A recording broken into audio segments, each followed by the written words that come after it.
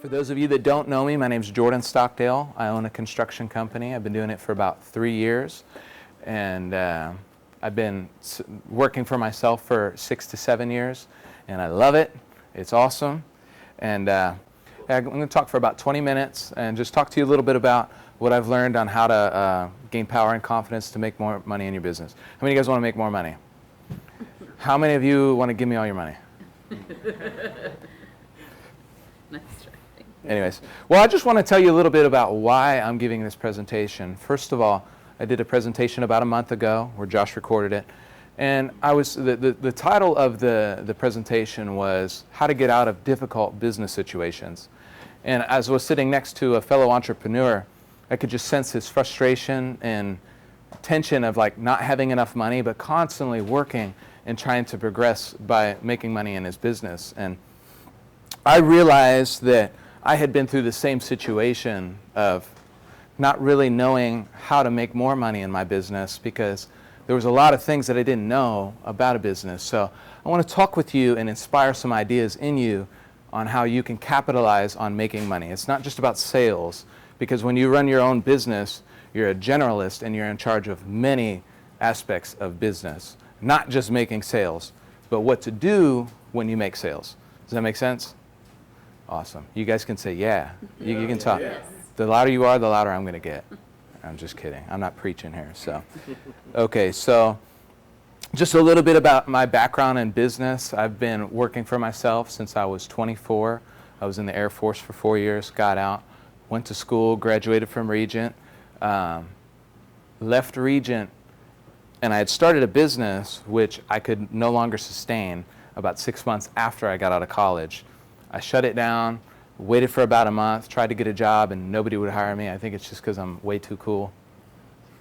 You can smile at me. It was a joke. And so I just had this idea that I just need to go with what I know best and do what I could with what I had. So had absolutely nothing other than a car and $10,000 cash, $10,000 debt. So I went into construction, and I started a business. The first year we did, our first full calendar year, I did, I think it was $135,000 in sales, and then currently we're on track to doing anywhere from $300,000 to $400,000. It really depends on the sales and the time and the volume of the sales. So excited about that, and the business is going really well. Got to constantly find ways to inspire passion in myself to keep going, because it does get difficult and it does get hard. And running a business is probably the hardest thing you'll ever do, in my opinion. It's the hardest thing I've ever done. So everyone say more money. More money. Everyone say, give me your money. Give me your money. Give me your money. Okay. Give your money to Zach. There you go. So there's going to be 3 goals in this teaching. Number 1 is to give you confidence in selling by discussing what you'll run into when promoting and selling for your business. Number 2 is to inspire creative ways to capitalize on jobs and customers that you've already won. Number 3, to make you a person of value.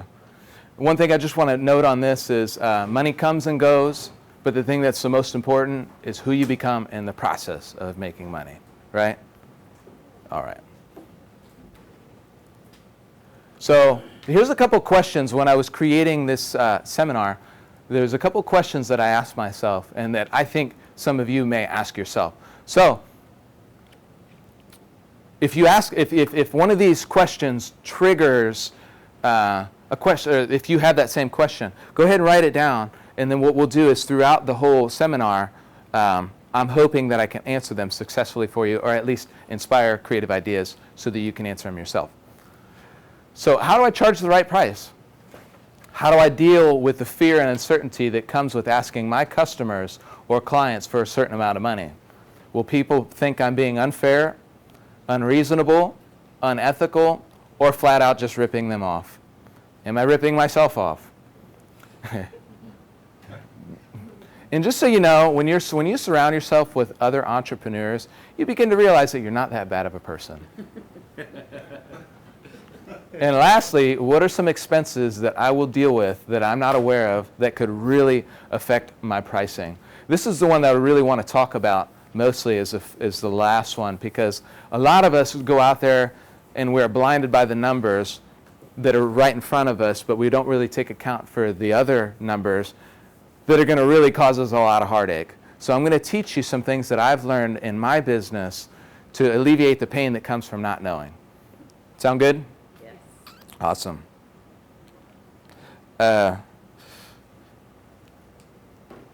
So a few ways to think differently before you sell and you promote.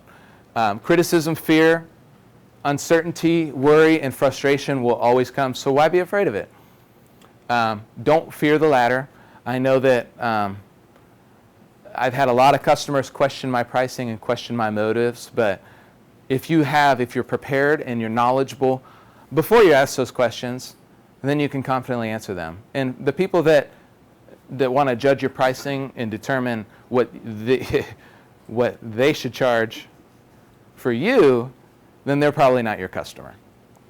So knowledge will make you more confident. As long as you get equipped and prepared before you promote and sell your business, that's one of the best steps that you can take to become a successful entrepreneur. And don't give up. The first 2 years of my business, the first year I was worse off financially than I was when I began. The second year I was worse off than both the years, not combined, but for both the years. And then currently we're going into our fourth year and we're doing really good. Completely debt-free, almost completely debt-free. I went back into debt because I traveled to Africa. So, and the fourth thing is, don't give up. Don't give up. When those things get difficult, which they will, you've got to have a resolve inside of you to not give up. One thing that I did is I wrote myself a little letter that says, when things get difficult, this is what I'm going to do. Don't give up. So the first thing, to have confidence in selling and promoting your business, number 2. Everyone say number 2. Everyone say number 7. Number 7. That's how many ideas that you guys like to get from me, right? So number 2, know what your expenses are before you begin. This was probably one of the biggest mistakes that I made. And to teach you guys a little bit about the back-end expenses, Misty's going to talk about some stuff about taxes. Taxes are your number 1 expense. If you can figure out a strategy and a plan to prepare for taxes, oh man, it'll save you a ton of heartache. So don't hate the government because they're paying you, because you got to pay them. We got beautiful stuff.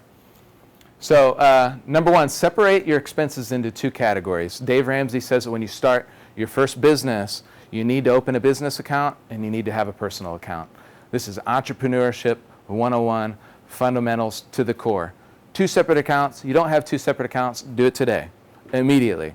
So personal and business. So your personal bank account should have your personal expenses associated with that. Food, clothing, and home expenses. That's pretty obvious, right? Some people just don't do this. Secondly is your business expenses. So you have 2 accounts. Your business expense, what's associated with your business account are business expenses. Marketing, payroll for your employees, an insurance or a tax account, anything that's associated with your business. And pointers for new entrepreneurs. Is there anybody here that's been in business for less than a year? This guy right here. Take it if you want it.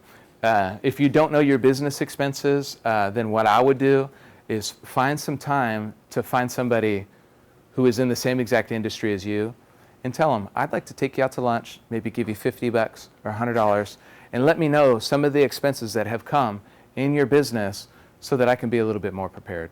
That would probably be one of the most valuable things that I could tell you as a young entrepreneur. And it's okay to have mentors. It's okay. And obviously you guys surround yourself with wonderful entrepreneurs. And I'm sure you guys are going to do great. A few things to consider. There are multiple ways to maximize your profits. There are multiple ways, and you have to think deeply on how to maximize your profit. I've realized that the most valuable way to maximize your profit is to do a good job for the person that you're working with immediately. Their mouth and their perspective of your reputation is probably the most valuable thing that you could ever have. And sometimes as entrepreneurs, we're tempted to go to the next person because we don't have enough money.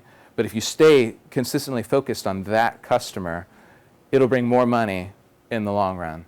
So focus as best you can on that individual customer. And then another way to maximize your profits is to know what type of business you're in and to focus on that particular type of business. Many entrepreneurs want to take 2 or 3 routes and try and sell multiple things. Focus down on one thing, and then you can systematize and figure out your expenses. And it's, you know, you want to build confidence by knowing what you want. I feel like sometimes a lot of entrepreneurs, they'll go into something not really knowing what they want. And it's okay to tell yourself, I want this, and to determine this is what I want to get out of the business. You can say, I want to build a better lifestyle. I want to have more freedom. I want to make more money. I want to have a really big business. Those are all things that you can have as an entrepreneur. And it's okay to know what you want. And when you know what you want, you have better boundaries with your customers, and you can determine who you do and don't want to work with. And you don't have to be desperate.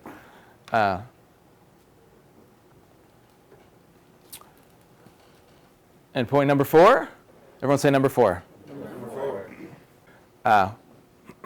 The fourth thing I want to talk to you about in confidence in selling and promoting your business is what type of people you run into. I have found that there are 4 types of people that you will run into. 4 types.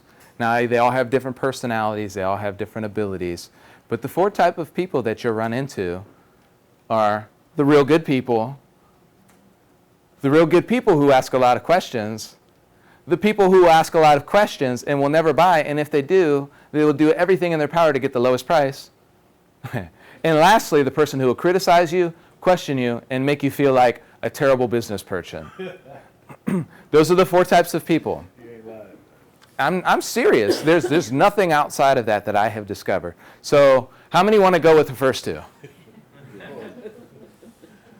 Awesome.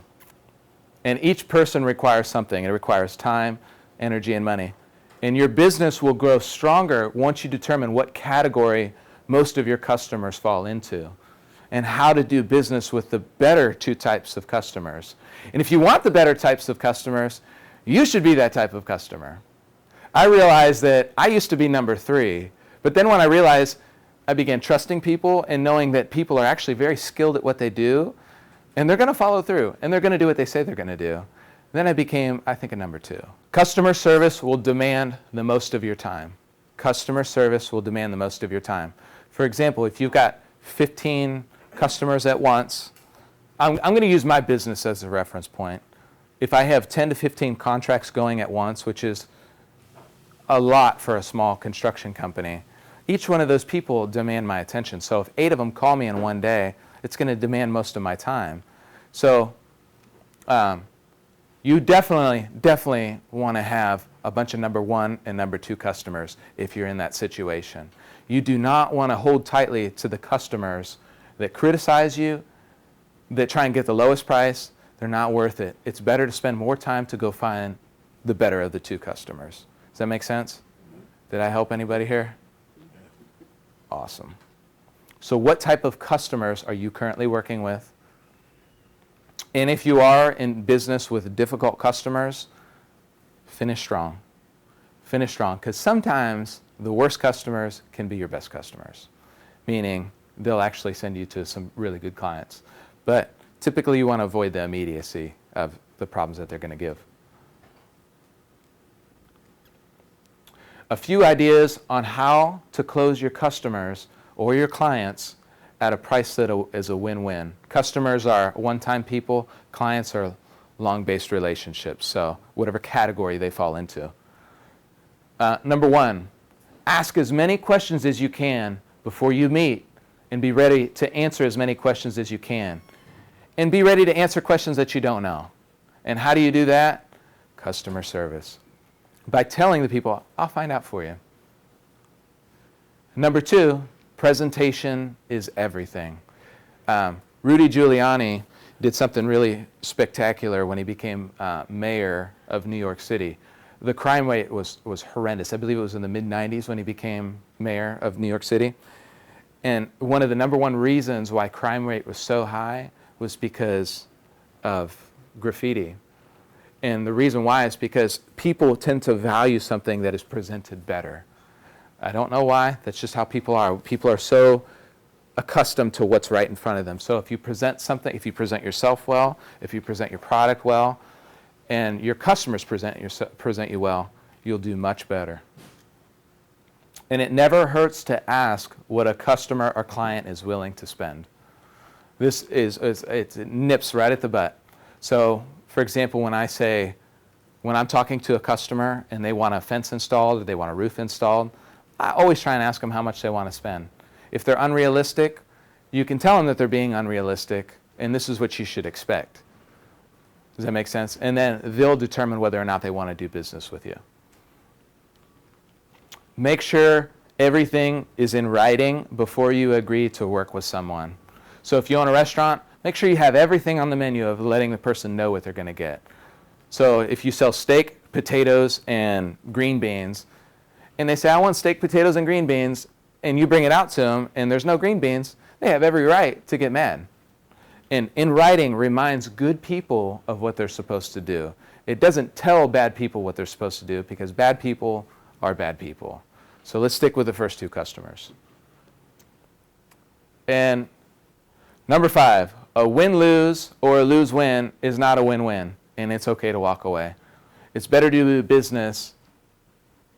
It's better to not do business in a win-lose or a lose-win situation. Does that make sense? Awesome. Everyone say number 2. Number 2, and then say number 1. Number 1 of number 2. Say it really fast. Good job. Creative ways to capitalize on jobs and customers you've already won. Number 1.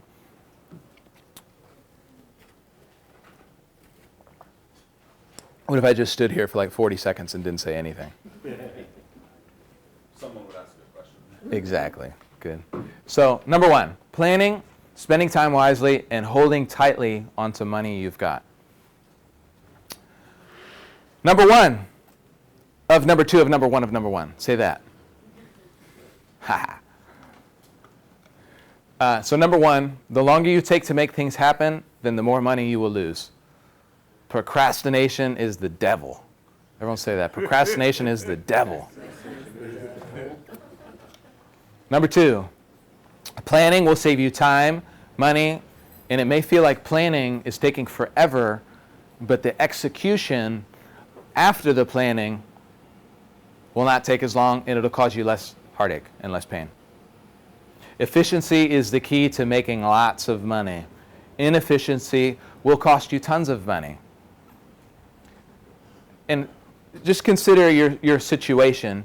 I don't know what your business situation is, but one of the best ways to become efficient is to find the service or the product that you offer that makes the most money and focus on that and promote that. That's probably one of the best bits of advice that I could give you in that area.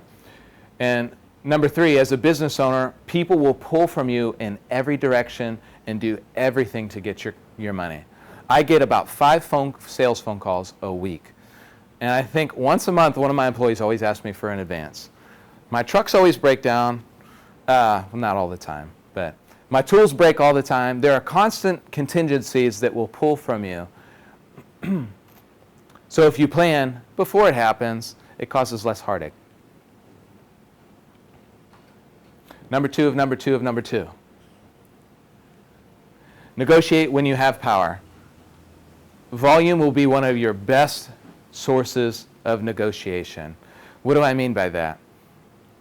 For example, in my business, if I have 10 fences, 5 of them are wood, 5 of them are vinyl, I can go to different distributors and manufacturers and say, hey, I've got this amount of material. What will you charge for it? Will you give me a 10% discount? Secondly, or I could say vinyl. Does that make sense? So if you're in the food industry and let's say your store now goes from 1 to 2, you can go to your distributors, your manufacturers, whoever you deal with. You can say, look, I'm now doing 100 customers, from 100 customers a day, now I'm doing 200 to 300, which drives down the cost of your business, which allows you to expand. For those of you that do not have volume, your best way to save money is to do the work yourself. Spend as much of your time, because what will happen is time becomes more valuable than money, or money becomes more valuable than time. When you start, money is more valuable than time. So do the work yourself in the beginning. Secondly, like I said before actually, using competitors that you purchase from to bid against each other for your service. And also negotiating against subcontractors or people that you use to fulfill a promise to your customers. Negotiating with them is another way to go. Or negotiating with insurance companies or payroll companies. That's probably one of the best ways that you can capitalize and maximize your profits in your business.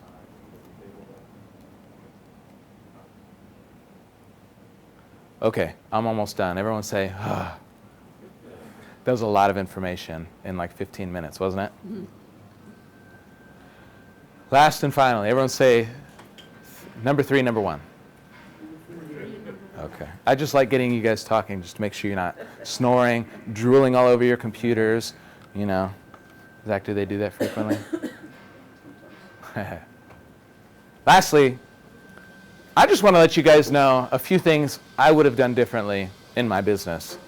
This is not a guilt trip that I want from you guys. This is just things that I'm dealing with now that if I would have done differently in the beginning, I would have less problems and more money. Who wants more money? Give me your money. Give me your money. Number 1, I would have said no more frequently. Number 2, I would have taken better care of existing customers. Number 3, do not be concerned so much about your employees than what you can provide. What does that mean? Well, if you don't have the work for your employees, don't give them money that you need to run your business. It'll drive you deeper and deeper into a hole. One of the worst places that you can be is when you're going into debt to meet payroll. Do not do that. You will lose your business. Guarantee it.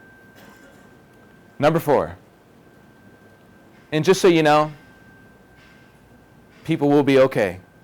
They'll be fine. And whatever their current financial situation is, you didn't get them there. But don't do things that's going to hurt you as a business owner, because then nobody has anything. Number 4, I would have marketed more aggressively and sold more aggressively. The catch is to the things that were immediately in front of me. To the things that were immediately in front of me. So, when I'm at a sales appointment and I can tell there's apprehension in the person and they're on the fence, I would have taken more time to try and persuade them or add more value to my services to get them to go with me. It is okay to sell aggressively because you got to make money. You are the sole person who's responsible for making money for you and your business and for paying the government. And then marketing. What I would have done, you can focus solely on that person and gain such a river of marketing. It'll lower your marketing costs. I would have marketed to neighbors in the neighborhood. I would have went door to door and said, hey, we just did this. Does that make sense? Don't just walk away. I would have paid more attention to the details. To the details. It's not the big things. It's not, you don't want to have this mindset, I'm going to try and hit home runs every day. No, the home runs that I hit, I'm going to try and capitalize on that and prevent more runs from happening, my competitors. So pay attention to the details. It is better to cut small costs than to make large sales. Don't sweep things under the rug, especially when they can be done immediately. Do not procrastinate, because in your business there are so many contingencies and things that pop up in your business that if you procrastinated here, you would have never got this done.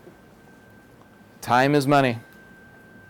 And number 7, I would have realized that my biggest enemy wasn't time, but it was more about my own unrealistic expectations. One thing I've realized, you know how so many people say, I don't have enough time. You have time, and you can make time if you want to do something, but what I've learned, I don't have enough energy. I have like 6 to 8 hours a day, which is okay. You don't need to work 10 to 12 hours a day. But the 6 to 8 hours of energy that you do have, just put as much effort into it and use inspiration while you've got it. Number 2, to make you a person of value. Make difficult choices before they come. Number 1, it is better to do the hard things now with integrity than to have them bother you for a long, long time. One of the biggest burdens that I get in my business is repairs. So what I do is I don't procrastinate. I get it done as soon as I can, no matter what the cost, if it was my fault. Secondly, decide that you will always do the right thing before the wrong thing happens. Knowing what your business is going to be like will help you determine how to make difficult decisions. One thing I told myself, whenever there's a discrepancy on the contract, I've told myself that I will always do the better. I won't try and push blame on anybody else, but I'll take full responsibility. And I'll do the right thing. It'll help you tremendously in the future. Number 3, do the hard things that will last a long time. Working out, eating right, kindness, concessions where concessions can be made, and putting others first. I've actually learned that if you don't sleep, eat right, and work out, one of the biggest things that will destroy your business and your focus is stress. You've got to do these simple disciplines. 10 minutes a day, 20 minutes a day, 6 to 8 hours of sleep, sleeping on time, getting up on time. These things will really tremendously help you in your business. Are any of you guys falling asleep? Are you? No, actually, I'm pretty wide awake. Yeah. And lastly, a good name is more desirable than great riches. To be esteemed is better than silver or gold. That's in the book of Proverbs. It's pretty awesome. And I think that's it. Did I spill the beans for you? No. Okay. Awesome. So thanks for listening to me. I hope I did a good job for you guys. And I hope you are multimillionaires and don't forget about me.